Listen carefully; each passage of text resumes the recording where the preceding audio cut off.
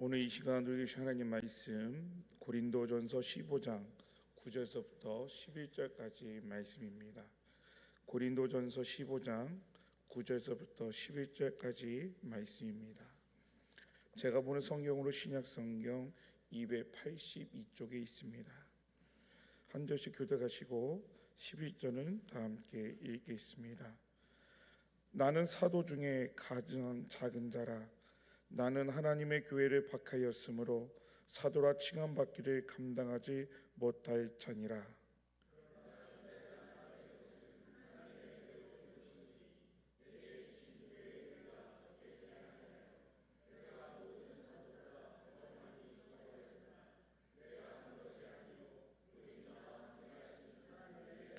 다 같이요.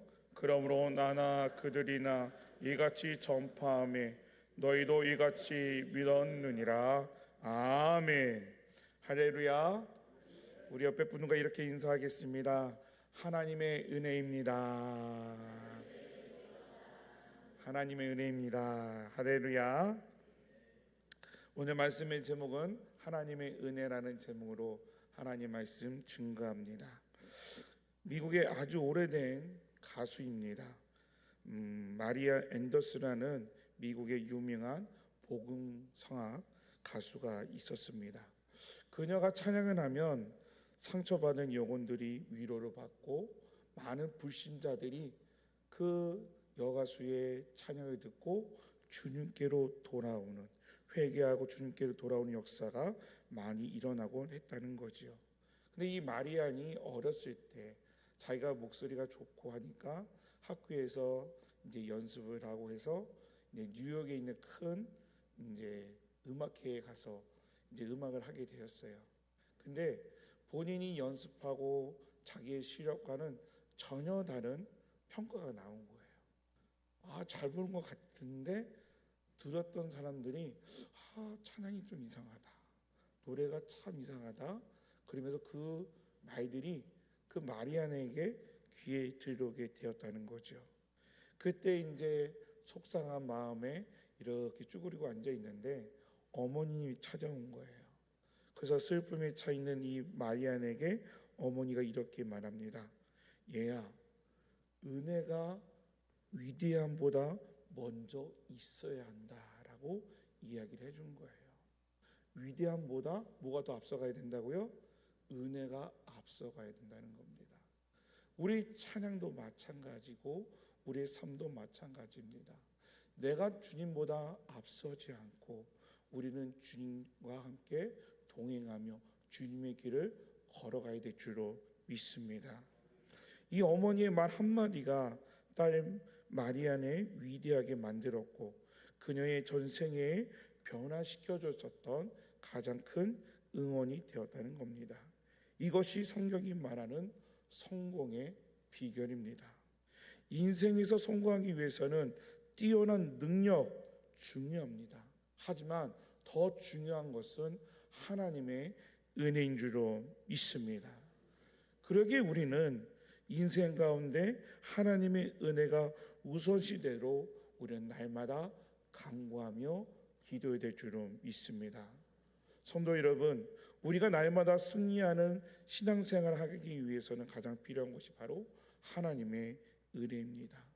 지금 이 순간까지 우리가 살아온 것이 하나님의 은혜인 듯이 앞으로도 하나님의 은혜만이 풍성하며 누릴 수 있도록 우리 하나님께서 넉넉히 이끌어갈 수 있도록 우리들에게 하나님의 은혜를 부어주실 줄로 믿습니다.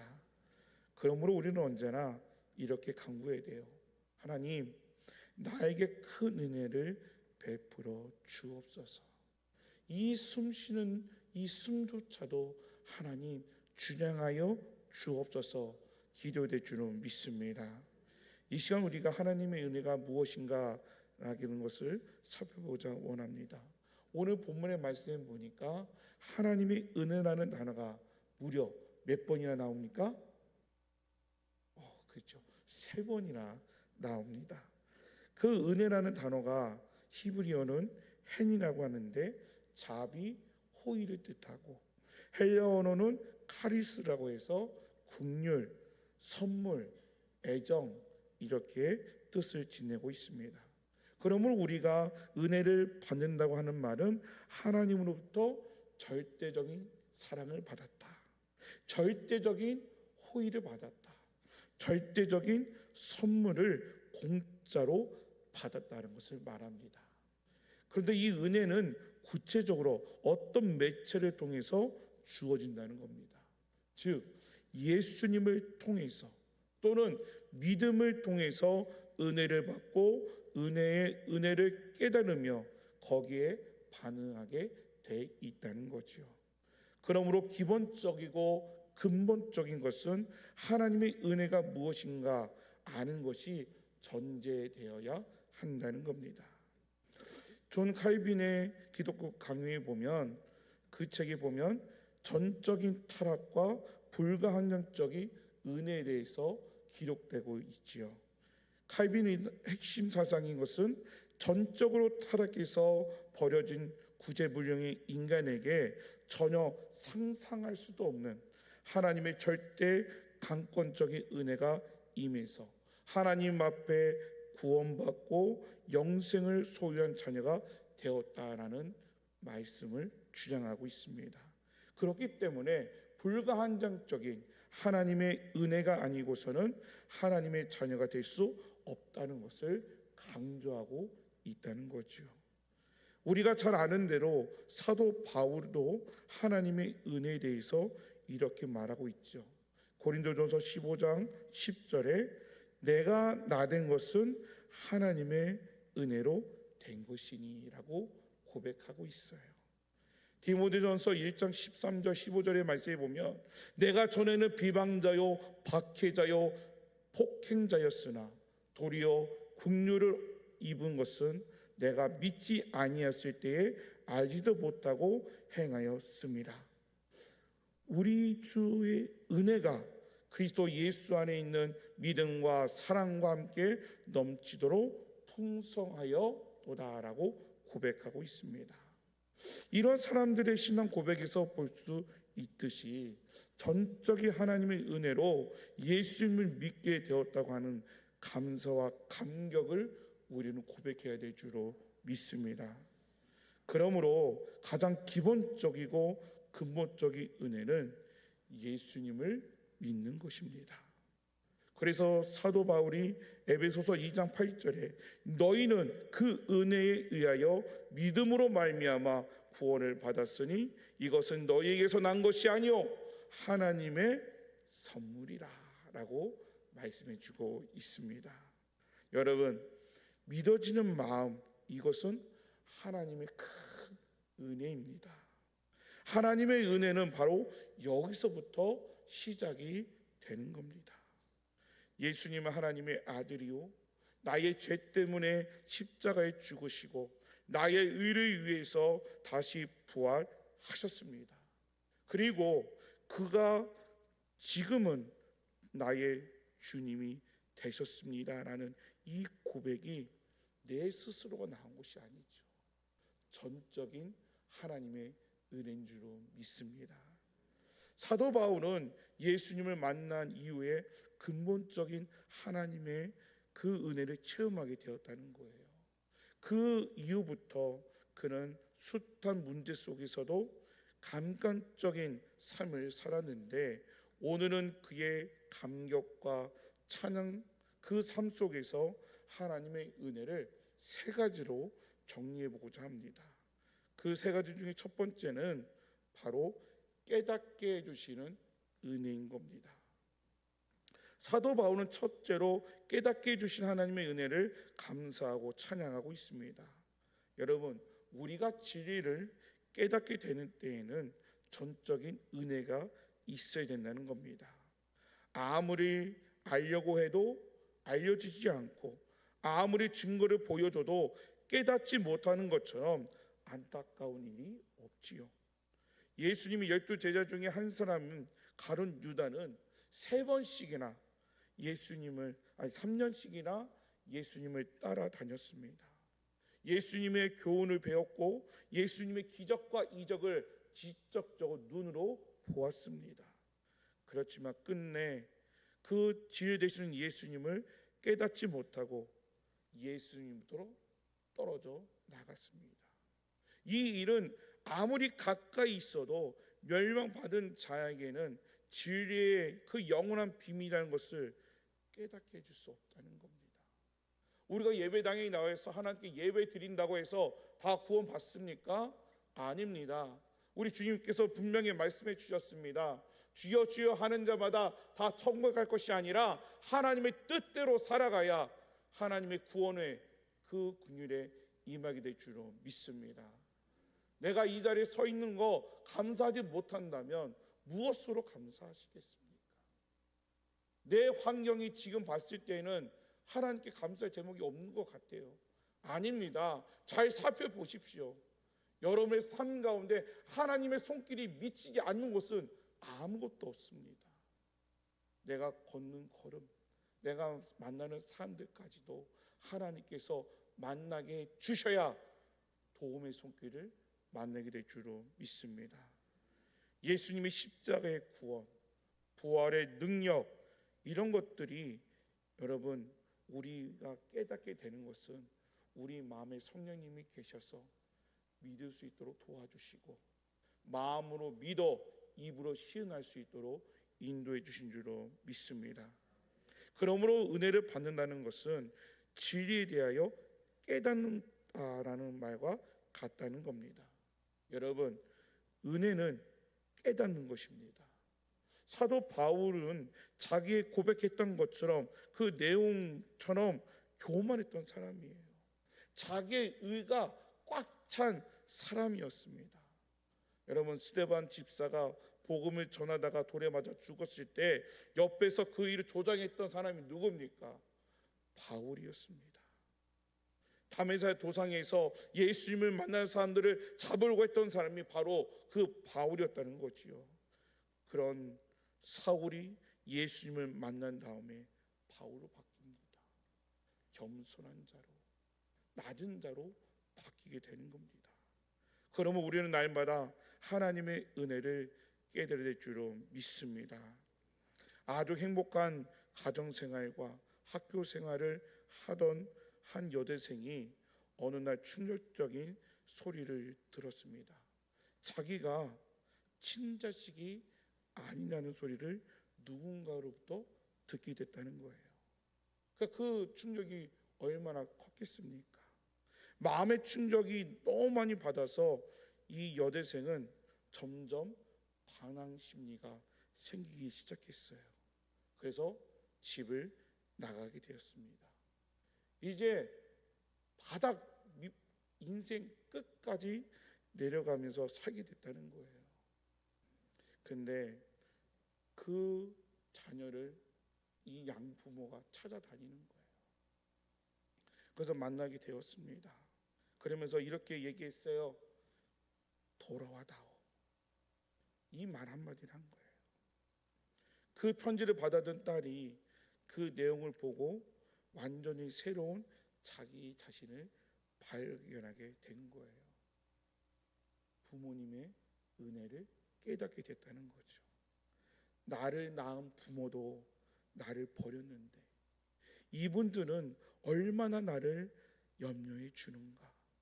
내가 어떤 사람이냐고, 고아가 아니냐고 그렇게 묻는 것이 아니라 선한 사랑으로 베풀어 주셨다고.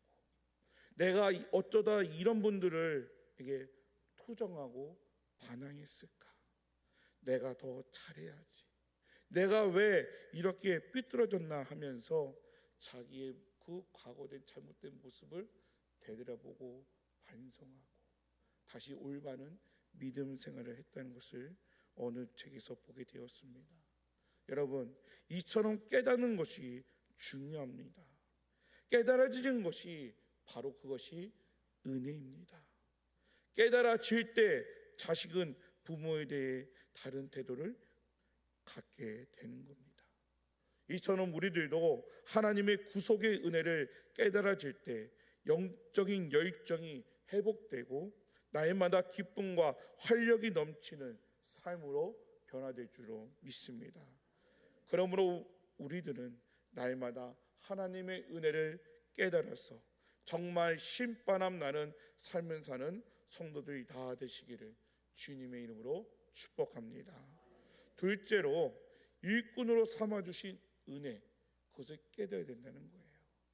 사도 바울은 일꾼이 되게 해주신 하나님의 은혜에 감사하고 있습니다. 예수님 믿고 나서 하나님을 위해 무엇인가 할 수 있게 된다는 것이 은혜로 받아들였다는 거죠.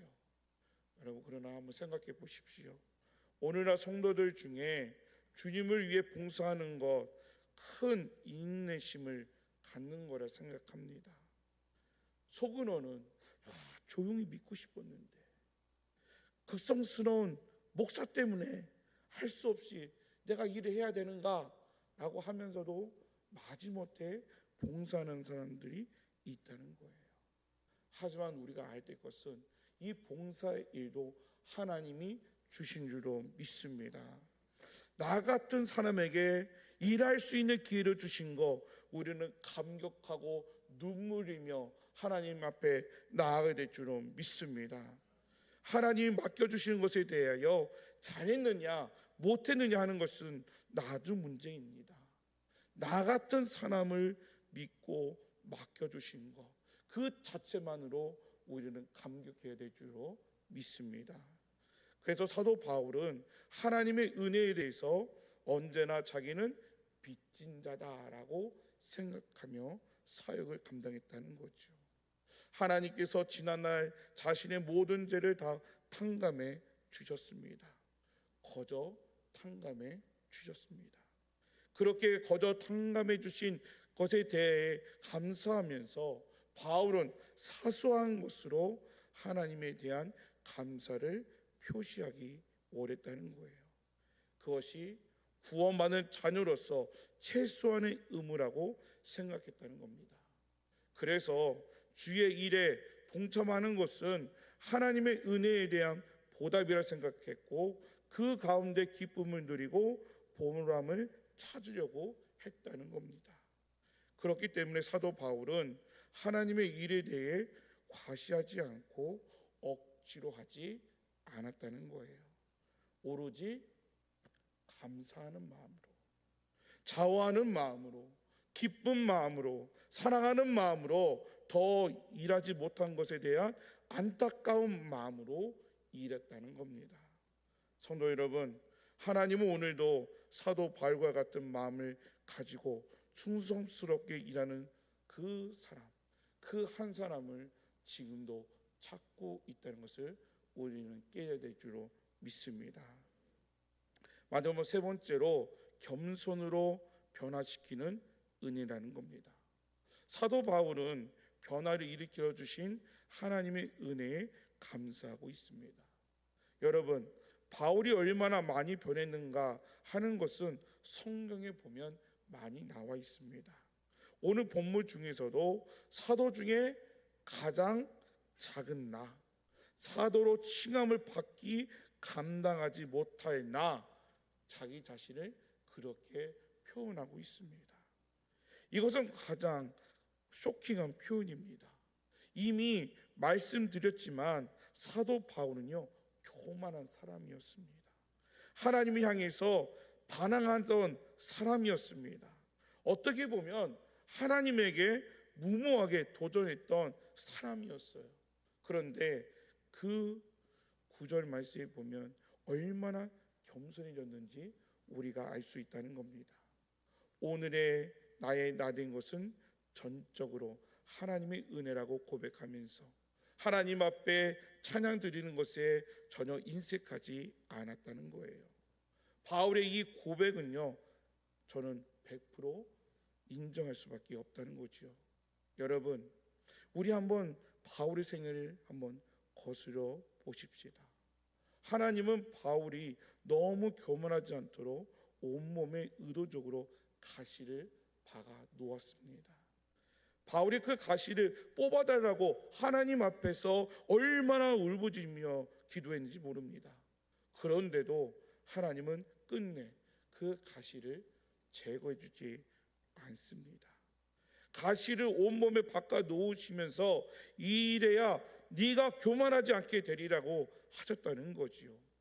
육체에 그 심겨지고 있는 가시가 바울 자신에게는 말할 수 없는 고통이었지만 하나님 입장에서는 볼 때에 바울에 대한 지극한 사랑이었다는 겁니다. 또 하나 바울이 그렇게 겸손하게 변할 수 있었던 것은 환경적인 고난 때문입니다. 바울은 하나님을 위해서 적극적으로 일했던 사람입니다. 여러분들 중에 혹시 다른 사람들을 다 순탄하게 살아가는데 왜 나에게만 어려운 문제가 찾아왔는가? 그러면서 눈물을 흘리고 있는 분이 계십니까? 그래서 하나님 앞에 항의하는 분이 계십니까? 바울을 겸손케 하신 하나님의 손길을 생각하시기 바랍니다. 여러분, 은혜는 아무에게나 임하는 것 같지만 성경에 보면 하나님은 겸손한 사람에게 그 은혜를 베풀어 주십니다. 하나님은 바울이 좀 더 크게 쓰여지기 원하셨기 때문에 바울에게 은혜를 많이 주어져서 남이 일하지 못한 것까지 그 시련과 고통과 아픔을 이기게 해주셨다는 겁니다. 그래서 바울은 겸손을 하나님의 최고의 은혜로 깨닫고 감사했던 것입니다. 성도 여러분, 여러분도 이것저것 다 잃어버릴지라도 그 가운데서 하나님 앞에 겸손한 인격이 남아있다면 그 인생은 적자 인생이 아니라 흑자 인생인 것을 깨닫기 바랍니다. 여러분, 하나님이 우리에게 주신 최고의 복은 겸손의 복입니다. 그러게 모든 것을 통달하고도 겸손이 없으면 다 무효가 되는 겁니다. 모든 것을 다 배우고도 겸손을 못 배우면 어떤 사람입니까? 무식한 사람입니다. 여러분, 모든 것을 가졌을지라도 하나님을 잃어버리면 모든 것을 잃어버린 거예요. 하지만 내가 가지고 있는 건강, 물질, 인맥 모든 것을 다 잃었을지라도요, 하나님이 나와 함께 주심을 믿는다면 그 사람은 모든 것을 얻은 사람인 줄로 믿습니다. 그러므로 성도 여러분, 우리는 늘 하나님의 은혜를 깨닫고 감사하며 살고 나를 일꾼 삼아 주신 은혜와 나를 겸손하게 변화시켜 주신 그 하나님의 은혜를 늘 감사하며 살아감으로 하루하루가 정말 감격스럽게 살아가는 우리 천안 성김의 가족들이 되시기를 주님의 이름으로 축복합니다. 기도하시겠습니다. 사랑의 하나님, 감사합니다. 늘 하나님의 사랑을, 하나님의 은혜를 깨닫고 감사하며 살아가게 하여 주옵소서. 우리를 일꾼 삼아 주신 은혜와 우리를 겸손하게 변화시켜 주셔서 하나님의 그 은혜를 누리며 살아갈 수 있도록 인도해 주시니 감사합니다.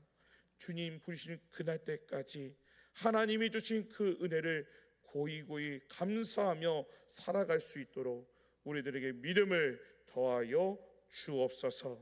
예수님의 이름으로 기도하옵나이다. 아멘.